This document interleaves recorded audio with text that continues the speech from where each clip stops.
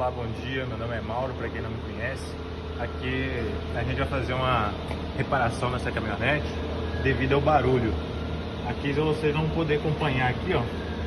Pode chegar aqui, Matheus, nosso cinegrafista aí, ó, vai gravar. Aqui a bucha do pé do amortecedor está estourada devido ao excesso de carga. Com o tempo também o amortecedor fica ruim. E quando passa um quebra-mola, é a hora que ele começa a ringir. Então a gente vai estar fazendo a substituição desse amortecedor aí. Qualquer dúvida, a gente está aí à disposição aí.